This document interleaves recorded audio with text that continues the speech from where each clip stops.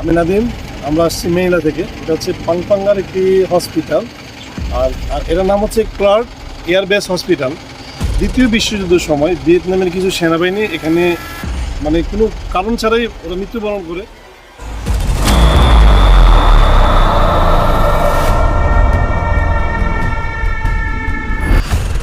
আপনারা দেখেন, প্লেসটা দেখেন, গা ছমছমার মতো একটা অবস্থা।